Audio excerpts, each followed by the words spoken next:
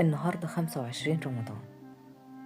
ما تيجوا نتعلم من قصة سيدنا الخضر إن مش كل اللي بنشوفه شر يبقى شر، ومش كل اللي بيوجعنا بيكون فعلا خسارة.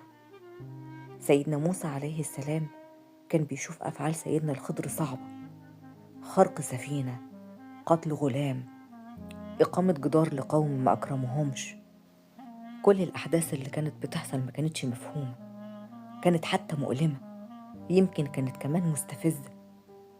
لكن لما اتكشفت الحكمة اكتشفنا اللي كان باين إن هو خسارة كان نجاة، واللي كان ظاهر إن هو ألم كان رحمة، واللي كنا شايفينه ظلم كان قمة العدل المخفي.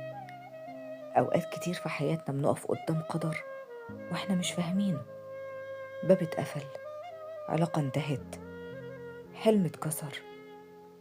في اللحظات دي بنقول كلمة واحدة، بنقول ليه يا رب؟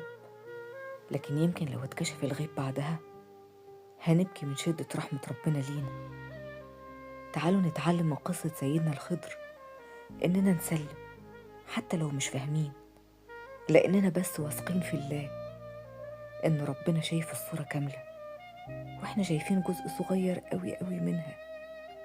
أسوأ الأقدار في نظرنا ممكن تكون أعظم إنقاذ في حياتنا، أقصى منع ممكن يكون قمة العطاء، أحن عطاء جالنا في حياتنا.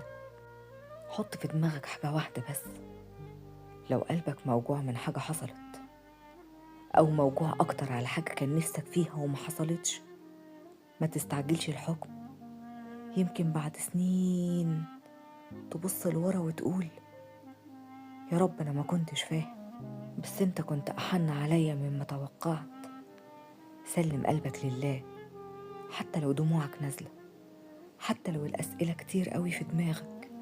يكفينا إن اللي بيكتب قدرنا هو ربنا، رب رحيم أرحم حتى عليك من نفسك. رسالة النهاردة بتقولك: اللهم ارزقنا الرضا قبل أن نفهم، والطمأنينة والسلام قبل أن تنكشف الحكمة، ولا تجعل لقلوبنا اعتراض على قدرك. علمنا يا رب أن نثق في تدبيرك، وأن نؤمن أن اختيارك لنا أعظم وأجمل وأحن من اختيارنا لأنفسنا يا رب.